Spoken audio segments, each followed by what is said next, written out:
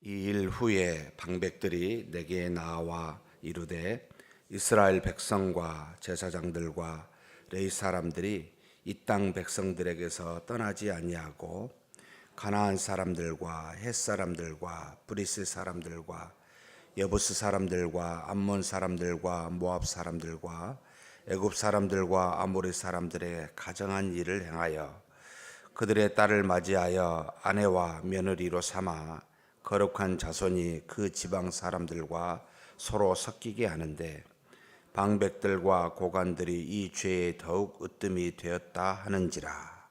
내가 이 일을 듣고 속옷과 겉옷을 찢고 머리털과 수염을 뜯으며 기가 막혀 앉으니 이에 이스라엘의 하나님의 말씀으로 말미암아 떠는 자가 사로잡혔던 이 사람들의 죄 때문에 다 내게로 모여오더라. 내가 저녁 제사 드릴 때까지 기가 막혀 앉았더니 저녁 제사를 드릴 때에 내가 근심 중에 일어나서 속옷과 겉옷을 찢은 채 무릎을 꿇고 나의 하나님 여호와를 향하여 손을 들고 말하기를 나의 하나님이여 내가 부끄럽고 낯이 뜨거워서 감히 나의 하나님을 향하여 얼굴을 들지 못하느니 이는 우리 죄악이 많아 정수리에 넘치고 우리 허물이 커서 하늘에 미침이니이다. 우리 조상들의 때로부터 오늘날까지 우리의 죄가 심함에 우리의 죄악으로 말미암아 우리와 우리 왕들과 우리 제사장들을 여러 나라 왕들의 손에 넘기사 칼에 죽으며 사로잡히며 노략을 당하며 얼굴을 부끄럽게 하심이 오늘날과 같으니이다. 이제 우리 하나님 여호와께서 우리에게 잠시 동안 은혜를 베푸사 얼마를 남겨두어 피하게 하신 우리를 그 거룩한 조서에 박힌 목과 같게 하시고 우리 하나님이 우리 눈을 밝히사 우리가 종노릇하는 중에서 조금 소생하게 하셨나이다. 우리가 비록 노예가 되었사오나 우리 하나님이 우리를 그 종살이 하는 중에 버려두지 아니하시고 바사 왕들 곧 앞에서 우리가 불쌍히 여김을 입고 소생하여 우리 하나님의 성전을 세우게 하시며 그 무너진 것을 수리하게 하시며 유다와 예루살렘에서 우리에게 울타리를 주셨나이다. 우리 하나님이여 이렇게 하신 후에도 우리가 주의 계명을 저버렸사오니 이제 무슨 말씀을 하오리까? 전에 주께서 주의 종 선지자들에게 명령하여 이르시되 너희가 가서 얻으려 하는 땅은 더러운 땅이니 이는 이방 백성들이 더럽고 가증한 일을 행하여 이 끝에서 저 끝까지 그 더러움으로 채웠음이라.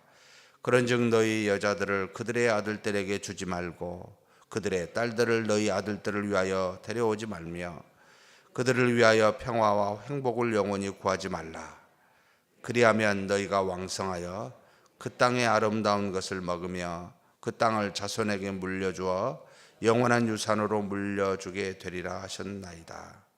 우리의 악한 행실과 큰 죄로 말미암아 이 모든 일을 당하였사오니 우리 하나님이 우리 죄악보다 형벌을 가볍게 하시고 이만큼 백성을 남겨주셨사오니 우리가 어찌 다시 주의 계명을 거역하고 이 가증한 백성들과 통혼하오리이까? 그리하면 주께서 어찌 우리를 멸하시고 남아 피할 자가 없도록 진노하시지 아니하시리이까? 이스라엘의 하나님 여호와여, 주는 의로우시니 우리가 남아 피한 것이 오늘날과 같사옵거늘 도리어 주께 범죄하였사오니 이로 말미암아 주 앞에 한 사람도 감히 서지 못하겠나이다 하니라. 아멘.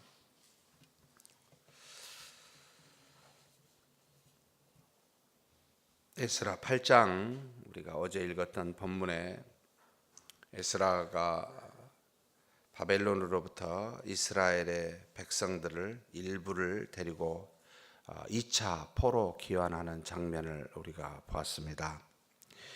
1차 때 고레스 원년 537년입니다. 이때 이스라엘 백성 약 42,300명을 데리고 수룹바벨이라는 당시 바벨론의 총독이기도 하고 그 다음에 유다 사람이기도 한 이 사람을 통해서 돌아오게 되었고 그리고 결국은 516년 멸망한 지 에레미야 선지자의 예언대로 70년 뒤에 모든 일들을, 곧 성전을 건축한 일들을 마무리하게 됩니다. 그리고 약 1차 포로 귀환, 멸망한 지 128년이 되고 1차 포로 귀환 뒤 79년 정도 뒤에 이제 2차 포로 귀환인 에스라를 통해서 들어오게 됩니다. 성전이 재건이 된 지 한 58년 정도 됩니다. 우리가 성경 에스라서를 쭉 1장부터 7장까지 있다가 1장부터 7장에 성전 재건에 대해서 1차 돌아온 뒤에 이제 일이 마무리가 되고 8장에 넘어가는데 기간은 한 50년, 60년 정도 된다고 보시면 됩니다. 상당한 시간이 이제 흐르고 난 다음에 이 8장에 관련된 내용이 이제 나옵니다만 2차 이렇게 들어올 때는 에스라가 레위인들을 중심으로 데리려고 하는데 한 사람도 없어서 결국 찾아가지고 38명의 레위인들을 데리고 돌아오게 됩니다. 목적이 뭐였겠습니까? 재건되어진 이 예루살렘 성전에서 하나님의 제사를 온전하게 드리고 하나님이 주셨던 율법의 말씀을 온전히 지키고자, 곧 건설된 이 성전의 이제 말씀, 곧 계명을 온전히 지키고자 하는 그 의도, 그래서 제사와 그 계명을 바로 세우고자 하는 의도와 목적을 가지고 2차 귀환을 하게 됩니다. 물론 백성들은 1차 때보다 훨씬 적었습니다. 한 3천에서 4천 명 정도. 그러니까 상당히 이제 적은 숫자가 될 것 같은데, 어찌 되었든 그 의도를 가지고 제사장이기도 하고 학자, 그러니까 말씀에 대한 학자이기도 하고 이런 어떤 직분을 갖고 있는 에스라가 백성을 데리고 귀환하게 됩니다. 그래서 오자마자 어떻게 됩니까? 레위인들 데리고 은과 금그릇을 몽땅 가지고 와서 하나님께 예물을 바치도록 준비하고 돌아와서 첫 번째 했던 것이 바로 성전에서 하나님께 모든 이스라엘 전체를 위하여 번제를 드리는 일을 합니다.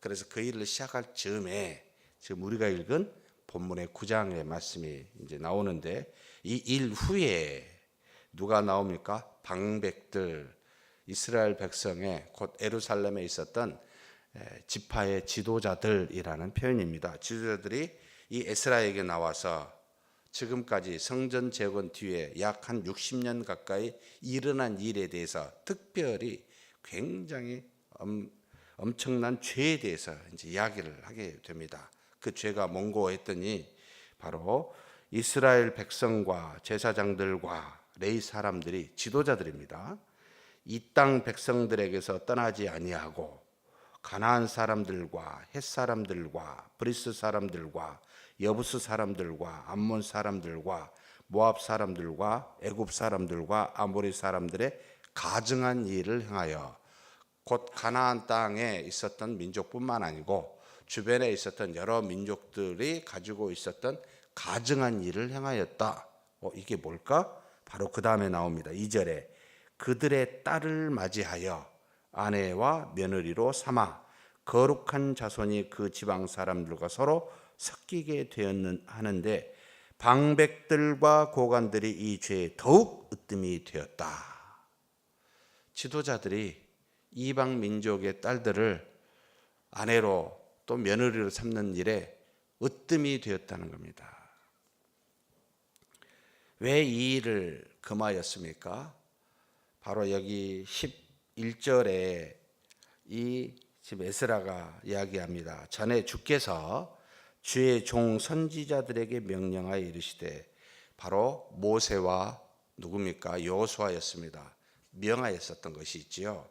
출애굽기 34장 15, 16절에 한번 펴보셨으면 좋겠습니다.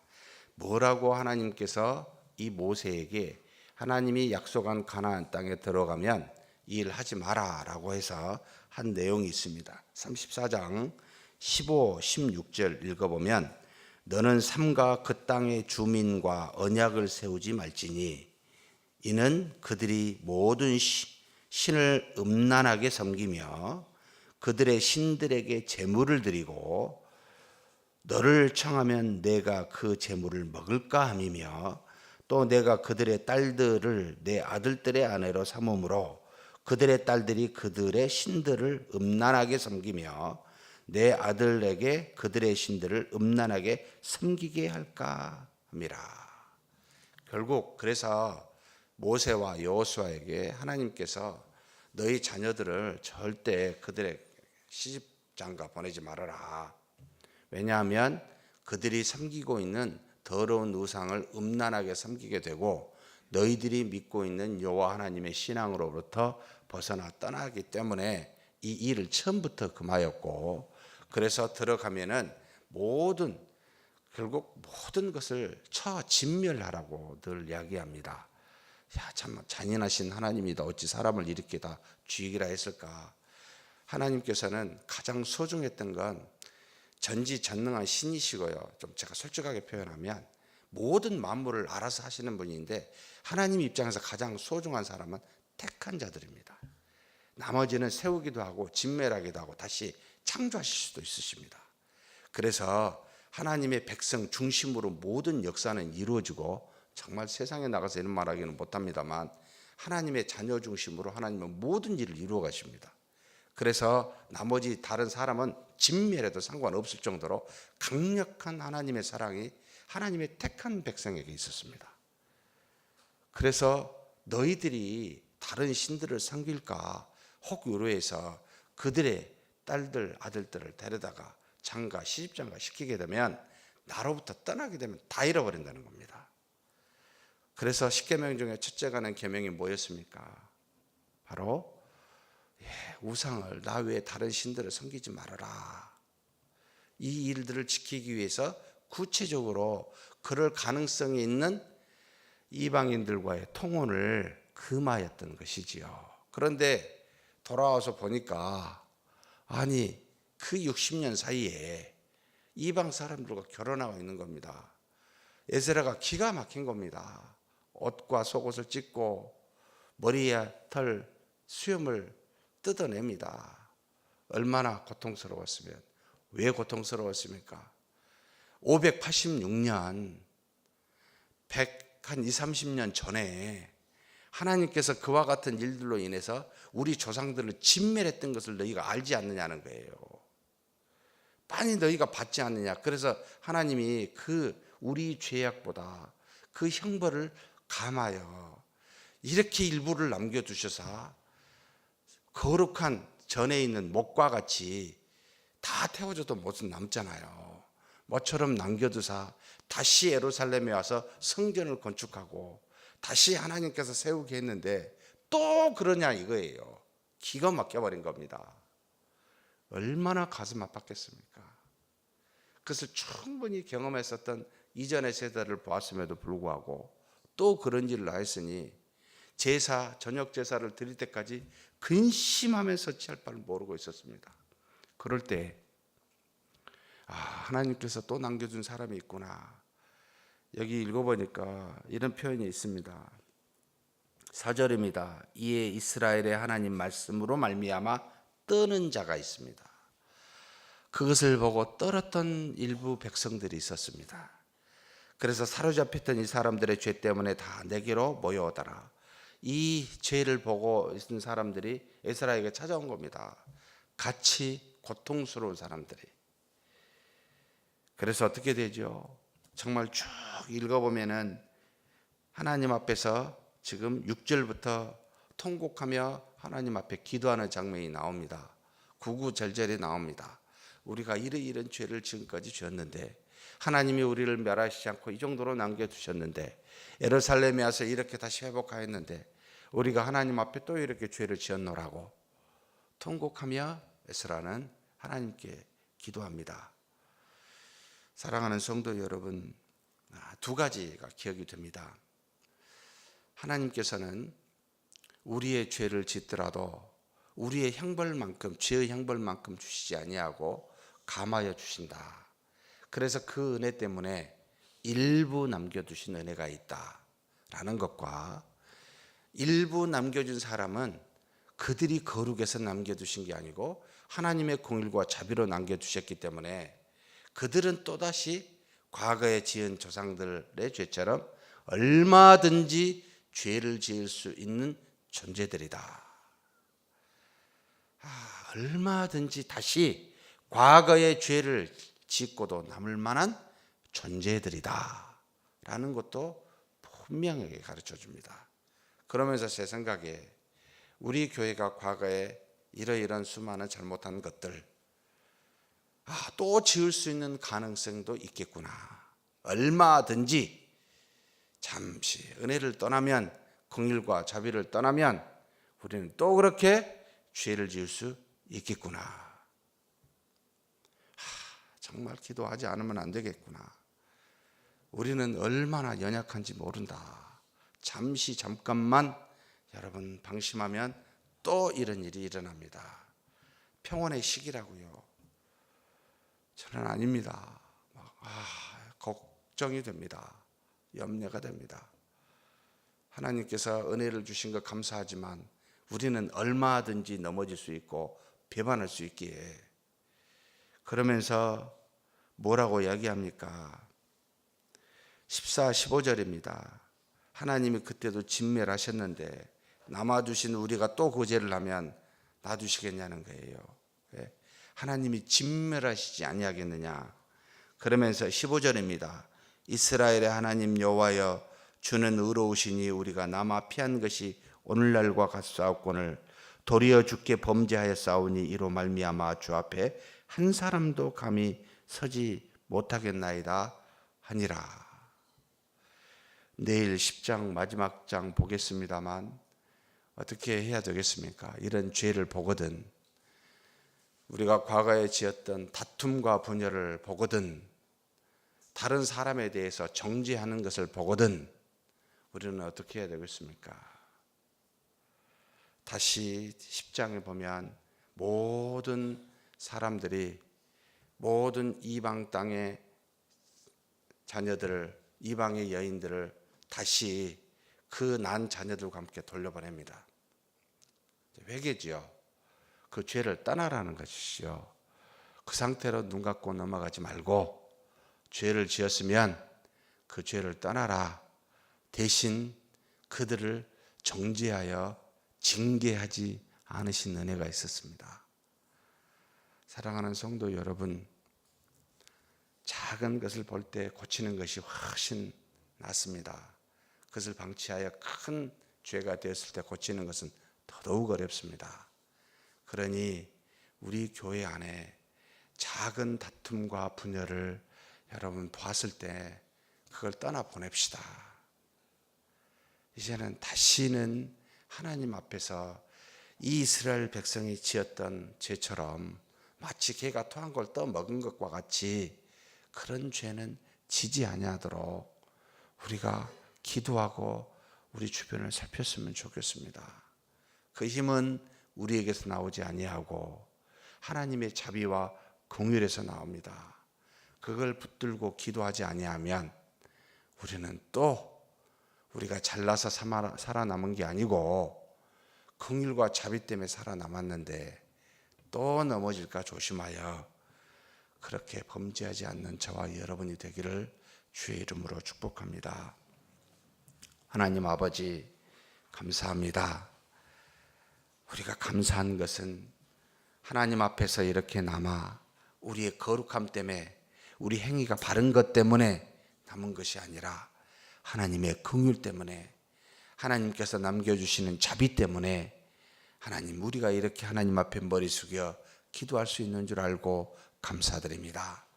우리도 우리의 과거의 조상들과 같이 얼마든지 죄를 지을 수 있음을 알고 우리 자신을 돌이켜보게 하여 주옵소서. 하나님, 그 죄가 있다면 떠나보내고 우리 자신이 하나님 앞에 그 주신 긍휼과 자비를 붙드는 믿음으로 오늘 또 그렇게 살아가게 하여 주시옵소서. 그래서 하나님의 은혜로, 하나님의 자비와 긍휼로 살았노라고, 그 믿음으로 살았노라고 날마다 고백하며 나아가는 우리 모두가 되게 하여 주시옵소서. 우리 주 예수 그리스도의 이름으로 기도하옵나이다. 아멘.